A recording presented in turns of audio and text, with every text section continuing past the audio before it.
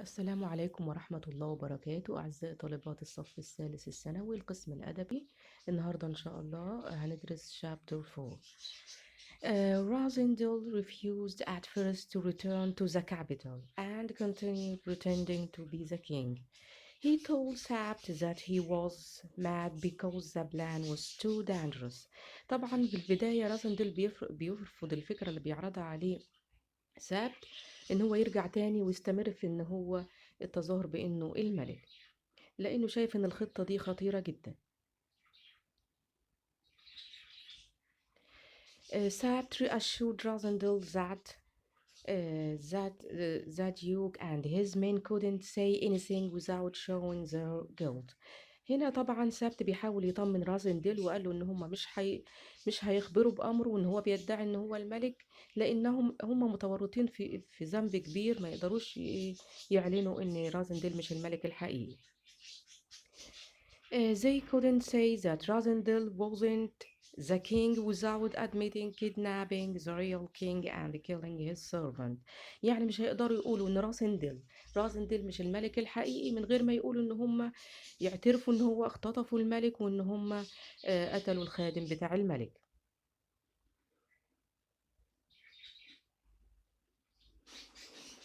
Rosendal realized that Sabt was right, but he still had doubts. He was worried that someone in Strelso would realize he wasn't the real king. The princess had already said she saw the king had changed. روزنديل أدرك إن كلام سابت يعني صحيح أو هو مصيب في رأيه، لكنه لسه لا تزال تساوره الشكوك. وكان قلقان إن ممكن أي حد تاني غير ديوك مايكل يكتشف إن هو مش الملك الحقيقي، وقال إن الأميرة بالفعل أدركت أو حست إن في اختلافات بين أو إن هو اتغير. Sab told him that it was a risk, but they must have a king in Strelso, or the city would belong to Michael within 24 hours. سابت قال له فعلا احنا اللي هنعمله ده ريسك، يعني مخاطرة كبيرة، لكن لابد ان يبقى في ملك في العاصمة، وإلا الحكم كله هيقول إلى ديوك مايكل في غضون 24 ساعة. Rosendil asked Sabt what would happen if the real king was dead. Sabt said that if the real king was already dead, Rosendil would stay king. بيقوله طيب أنا لو استمريت في التمثيل إن أنا الملك الحقيقي، ماذا لو كان الملك الحقيقي قد قتل؟ هنعمل إيه ساعتها؟ قال له أنت هتضطر تبقى أو تفضل الملك.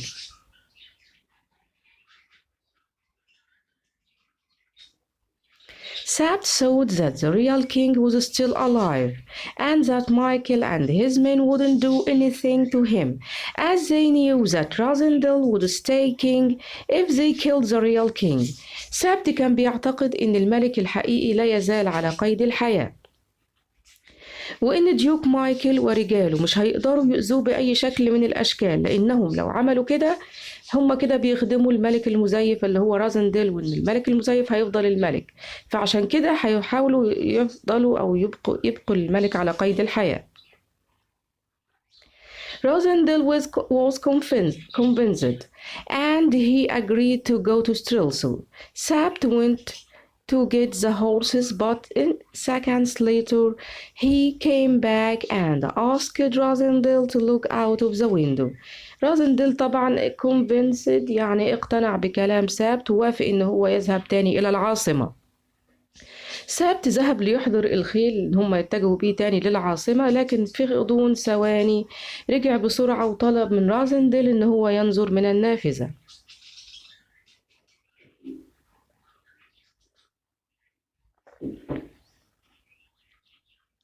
Rosendil saw a big group of men coming towards the lodge and carrying spades. They were 4 men on horses and another 4 or 5 walking.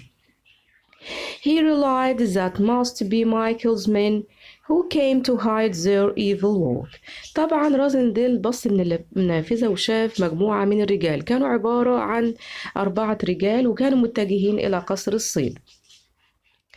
كانوا على ظهور الخيل وكان 4 منهم كانوا على الخيل وكان حوالي 5 بيمشوا، وأدرك إن هم أكيد رجال مايكل، وإن هم جايين يخفوا عملهم السيء اللي هم عملوا أو فعلاتهم الشريرة.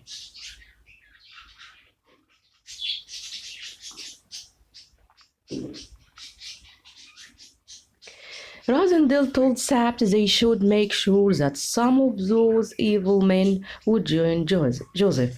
They went out of a back door and climbed onto their horses. One of the men called out to the others to go and get the body.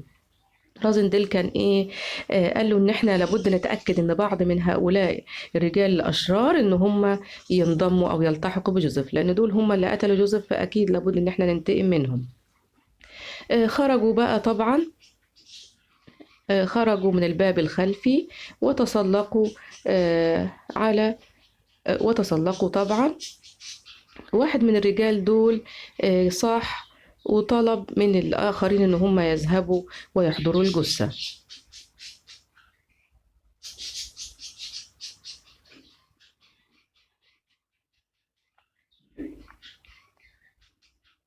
سابت and Rosendale drove their horses fast. طبعا سابت ورازنديل قادوا الخيل بتاعهم بأسرع ما يمكن. The men looked shocked to see them and were not prepared. طبعا الرجال أول ما شافوهم كانوا في حالة صدمة وما كانوش مستعدين ليهم. رازنديل easily knocked one man off his horse. استطاع رازنديل ان هو بسهولة يسقط احد الرجال من على الخيل بتاعه، وبعد كده ضرب another big man with his sword، بسيفه ضرب رجل اخر. Within seconds there were people all around Rosendale. في خلال ثواني تجمع عدة رجال بسرعة حول رازنديل. But he saw a gap between the men.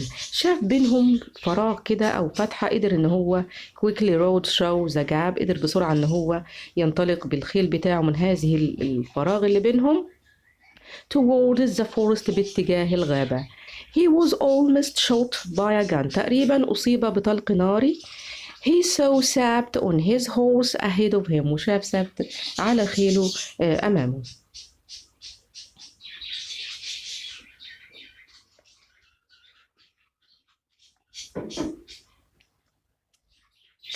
Then Rosendale heard another shot and felt a terrible pain in his finger. وبعد كده رازنديل بيستمع إلى طلق ناري آخر، والطلق ده بيصيب إصبعه.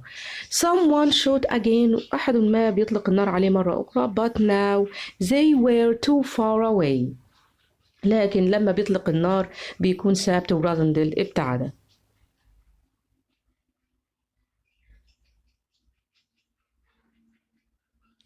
Sapt asked him if they saw who he was. Rosendale said that one of them recognized him and said it's the king. هنا سابت بيسأل رازنديل لو كان حد منهم شافه وعرفه. سابت بيقول له إن في واحد منهم عرفني وقال إنه الملك. After a time they stopped and Sapt put a bandage on Rosendale's finger. طبعا بعد فترة من الوقت بيتوقف، وهنا سابت بيضع ضمادة على إصبع رازنديل.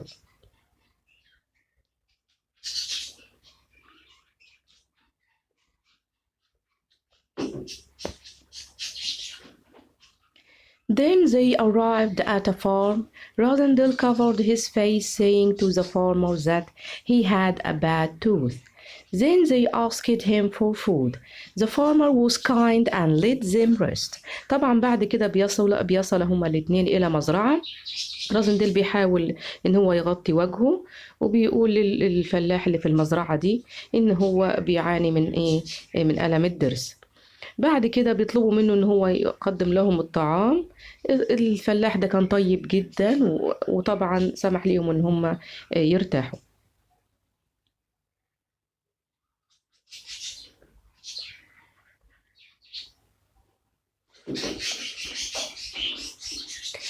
Some hours later they reached Strelso. The streets were very quiet as most of the people were resting after the celebrations. بعد طبعا عدة ساعات بيصل إلى العاصمة، وكانت الشوارع فارغة جدا وهادئة لأن معظم الناس كانوا بيرتاحوا بعد الاحتفال اللي قاموا بيه. When they were back at the palace, Frail, one of the Sabt's servants was waiting for them. بعد ما رجعوا كان واحد اسمه فريلر، كان أحد خدم الملك كان بانتظارهم.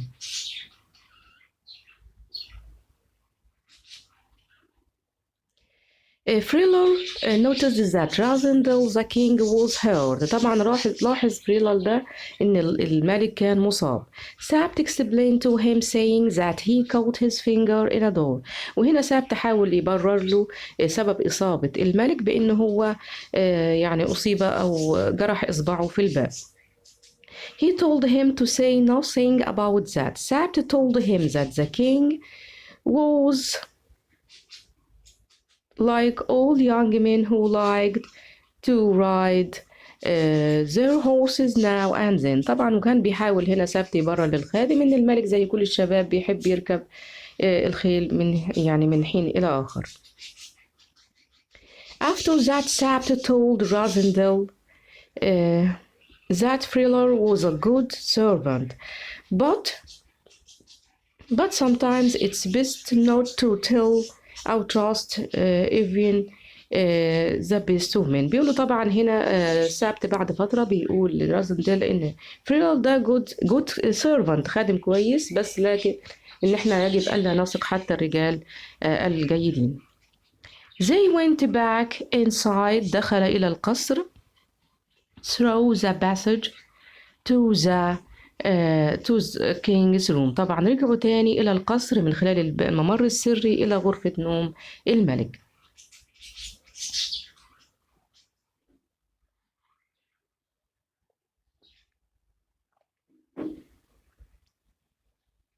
Fred jumped up when he heard them and cried that he was pleased that the king was safe, and then bowed down in front of Razendel. فريدز طبعا زي ما نقول كده قام نط من السرير بتاعه وكان فرحان جدا ان الملك الحقيقي كان بخير وان هو رجع تاني، وانحنى امام رازندل. Sabt laughed and told Razendel that even Fritz thought he was the real king. هنا ابتسم سابت وقال له اهو حتى فريدز معرفش انك مش الملك الحقيقي.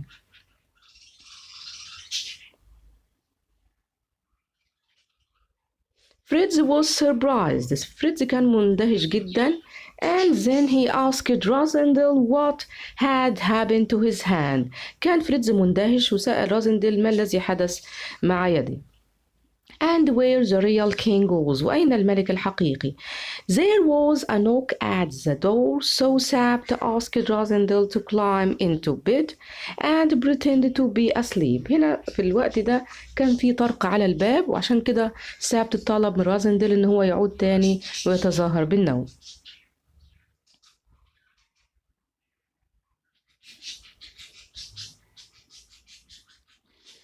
A servant of Princess Flavia came and told Razendel the king that he was sent to find out how was the king feeling after the coronation. طبعا هنا كان اللي جه ده كان خادم الأميرة فلافيا، وقال إن الأميرة أرسلته إن هو يعرف كيف كان أو هل الملك نام كويس بعد التتويج. Razendel asked him to send her his thanks. Sabt told him that the king had a good sleep. طبعا هنا رازندل بيطلب من الخادم إن هو يرسل إلى الأميرة شكره، وهنا سابت بلغه أو قال له إن هو يبلغ الأميرة إن الملك حظى بنوم جيد. Fred asked him if the king was dead. بعد ما غادر الملك هنا طبعا فريدز بيسأله لو كان الملك الحقيقي مات. Razendel replied that they didn't know and that Duke Michael was holding him prisoner. هنا بيقولوا طبعا فريدز بيقول هل الملك الحقيقي مات؟ رازندل قال له ان هم ما يعرفوش، ومش عارفين إذا كان مايكل كان يعني حابس الملك.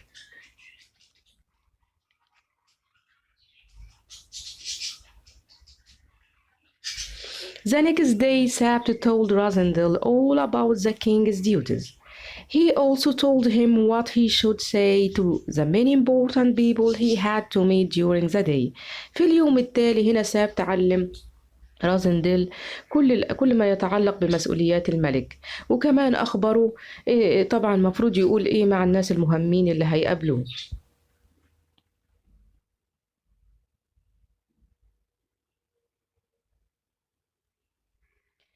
Once Rosendil was worried when the French ambassador asked him question he couldn't answer. Sabt told him not to worry, as the real king wouldn't have been able to answer either. بيقوله طبعا هنا السفير الفرنسي سأل سابت سؤال ما قدرش يجاوبه، وده خلاه يشعر بالقلق، لكن سابت بيطمنه وبيقول له ان ما تقلقش، حتى الملك الحقيقي ما كانش هيعرف يرد على هذا السؤال.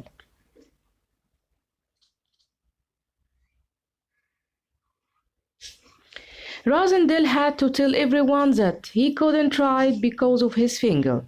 So many important documents were not completed. طبعا هنا رازنديل أخبر الجميع إن هو مش هيقدر يوقع على أي أوراق لأن إصبعه كان مصاب، وعشان كده معظم الوثائق ما كانتش بتتم.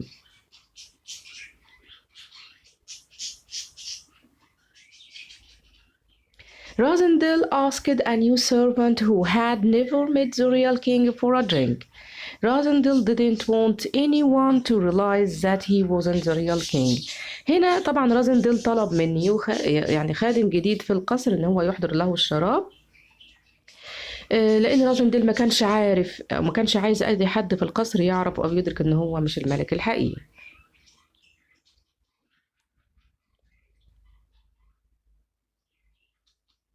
After many hours of meetings, Rosendil wanted to rest as he wasn't used to such hard work. طبعا كان ساعات طويلة كانت بيعقدها من الاجتماعات، فطلب إن هو يستريح لأنه طبعا مش متعود على هذا النوع من العمل الشاق.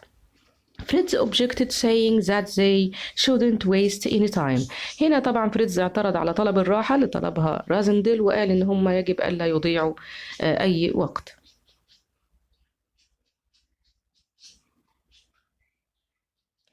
Fritz said they should plan how to attack Michael. Sabt told him they should take things slowly and not to do anything dangerous. هنا فريدز قال يا جماعة إن إحنا لازم نخطط إزاي نقدر نهاجم مايكل، لكن سابت أخبره إن هم يجب أن ياخدوا أو يتعاملوا مع الأمور بهدوء وببطء، وإن هم ما يتصرفوش ما يعملوش أي حاجة خطيرة. Rosendil told Fritz that if people found out who he was, then he would fight with the Duke. هنا طبعا رازنديل بيخبر فريدز إن هو لو الناس عرفوا حقيقته هو هنا هيضطر إن هو يحصل أو يتعارك حقيقة صراحة مع ديوك مايكل. رازنديل said they should wait to see what the Duke said. ورازنديل أخبر إن هم يجب إن هم ينتظروا الديوك هيعمل إيه. Fritz said that the Duke would kill the king, but Sabt said that he couldn't kill the king because if he did, he knew that Rosendil would stay as king instead. هنا فريدز قال يا جماعة إن ديوك مايكل أكيد هيقتل الملك، لكن سابت ما اتفقش مع الفكرة دي، لأنه قال إن لو ديوك مايكل قتل الملك فطبعا ده هيكون في صالح الملك المزيف اللي هو رازنديل، وإن رازنديل هو اللي هيبقى أو هيفضل الملك بدل من الملك الحقيقي، فده قتل الملك ما كانش في صالح ديوك مايكل.